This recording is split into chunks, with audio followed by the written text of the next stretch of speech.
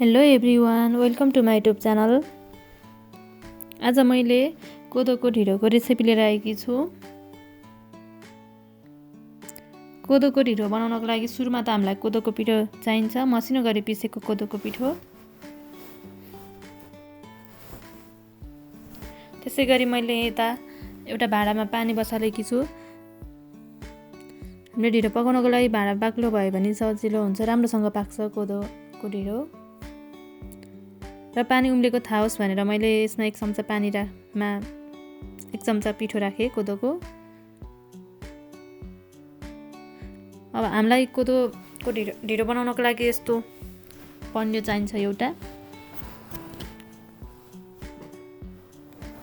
ढिँडोको पानी उम्लिसकेको छ। अब हामी पिठो राख्दै चलाउँदै गर्छौँ। हामीले पिठो एकैचोटि धेरै राख्नुहुन्न, थोरै गरी राख्नुपर्छ। 2-3 चम्चा गरेर राख्नुपर्छ पिठो र चलाउँदै पकाउँछौँ हामी। यसलाई हामीले छोड्यौँ भने यो पिठो डल्ला पर्छ र मिठो हुँदैन, यो राम्रोसँग पाक्दैन। हामीले सबैलाई मजाले माडेर यसरी नै चलाइ बनाउनु पर्छ।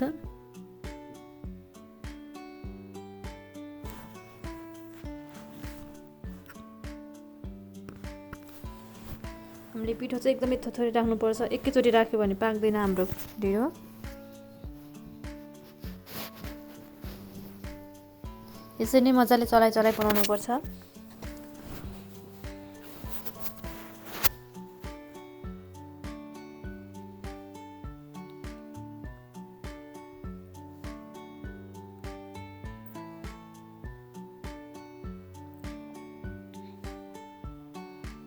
हामीले पिठोको ढिँडो बनाउँदै जाँदा पिठो अलिक थोरै राख्दै जानुपर्छ, एकैचोटि धेरै राख्नु हुँदैन।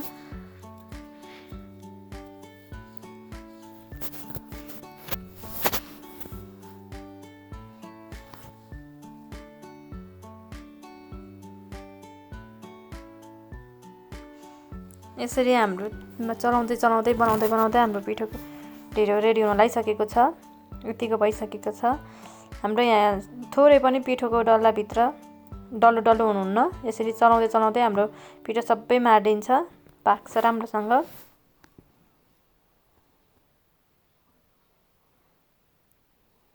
एकदमै राम्रो ढिँडो बनिसकेको छ हाम्रो।